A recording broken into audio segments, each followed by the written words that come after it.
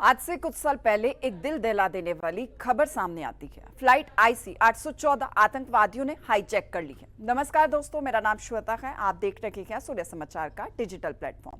आज के इस वीडियो में आपको बताऊंगी कि आखिर हाईजैक का सच क्या है और जो विवादों में वेब सीरीज चल रही है आईसी 814 असल में जो उसमें दिखाया गया है उसमें कितनी सच्चाई है।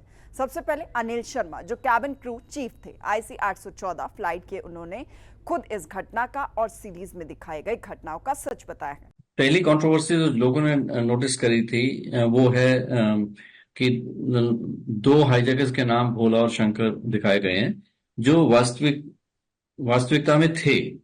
मैं ये नहीं कह रहा कि उनको नहीं थे, बट लोगों को जिनको तकलीफ हुई है और ठीक तकलीफ हुई है, उनका ये था भी कहीं पे आप ये तो बताइए ना कि ये उनके एज्यूम नेम्स थे, एलियासेस थे। वे उनके असल नाम जो थे वो शंकर का शायद, एनीवे मैं भूल गया उनके एक्चुअल नेम्स। उसका एक तो जहूर अहमद मिस्त्री था जिसको भोला बोलते थे, और शंकर का कुछ और था। एनीवे, तो वो ये हाईलाइट होना चाहिए था, यहाँ कहीं पे कैप्शन होता भी इनकी असल नेम्स है। Controversy number 1। कंट्रोवर्सी 2 के आपने कहा कि ये फिक्शनल ड्रामा है, उसके बाद आपने उसमें फुटेज डाल दी एक्चुअल इंसिडेंट्स की। तो आप पूरी तरह अपने आप को डिस्टेंस क्यों नहीं कर पाए, डिस्कनेक्ट क्यों नहीं किया आपने उससे? आप उसका नाम भी रख रहे हैं IC-814, आप उसको कह रहे हैं नहीं फिक्शनल है। तो वो कुछ समझ नहीं आया, मतलब नेक दिली नहीं लगती मुझे उस चीज में, उनके इरादों में। एंड उसके बाद अंदर जो दिखाया खैर कैबिन का, वो भी बड़ा विवाद विवाद आई मीन कंट्रोवर्शियल है। कि जैसे मेरे को दिखाया वो लहू लुहान हो गया, ऐसा कुछ भी नहीं किसी क्रू मेंबर को लहू लुहान नहीं किया था उन्होंने। उन्होंने एयर होस्टेस को थप्पड़ भी नहीं मारा था। ये सिर्फ पता नहीं किस लिए हाईलाइट करने के लिए उनको कर दिए। ओनली जो हमारा जूनियर मोस्ट एक पर्सन था, सतीश, यंग फेलो, उसको उन्होंने यहाँ पे मारा था और उसको बाल खींचे थे, थोड़ा मिस हैंडल किया था।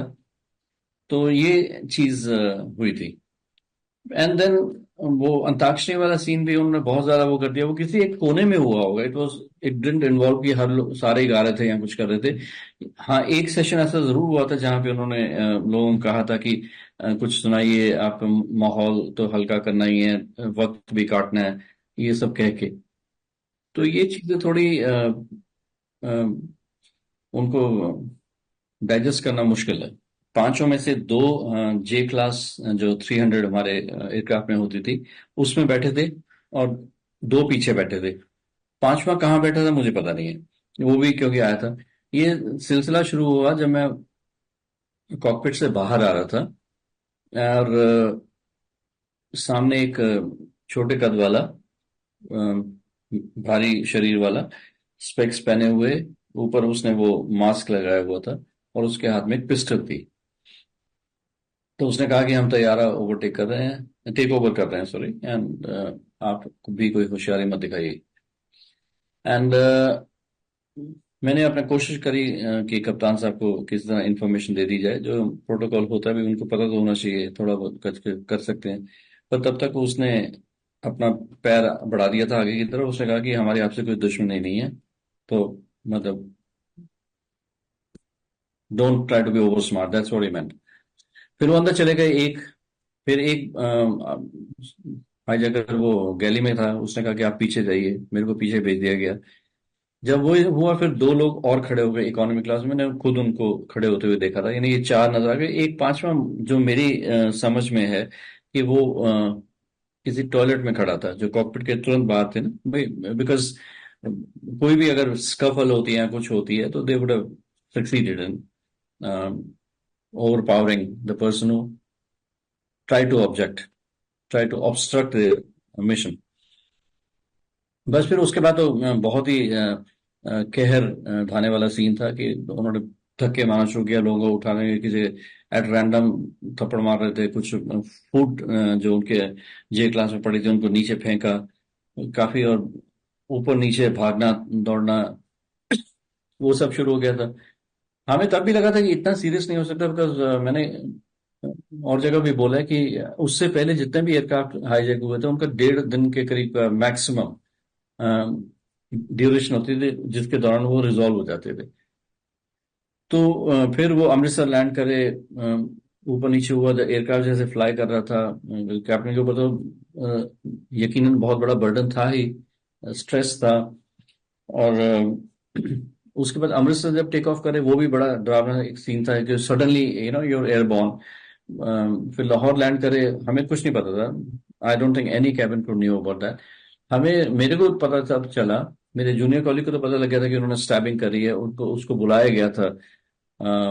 तो उसको और एक हमारी कॉलीग रजनी को कि इसको दवा दो, जो रिपन जिसको स्टैब किया गया था। पर उसके बाद बॉडी उठाने के लिए मेरे को और सतीश को बुलाया गया दुबई अल-मिनात एयरपोर्ट पे। वहां जाके ज्ञात हुआ कि मामला बहुत संगीन है, एंड ये लोग किसी भी लिमिट तक जा सकते हैं अपनी बात मनवाने के लिए। फिर कंधार तक पहुंचे। फिर कभी वो आ जाते थे, बात करना शुरू कर देते थे, थोड़ा बहुत लग रहा था, हमें लग रहा था भी अब चलो ग्राउंड पे एटलीस्ट कुछ तो होगा। पर जब हमें पता चला कि वो अफगानिस्तान है तो और भी ज्यादा वो निराशा होने लग गई कि मामला इतनी जल्दी सुलझेगा नहीं और हमारे फेवर में जाना जाएगा, ऐसे कम चांसेस हैं। अब सवाल यही उठता है कि टीआरपी के लिए आखिर कितना आम जनता को दिशाहीन किया जाएगा।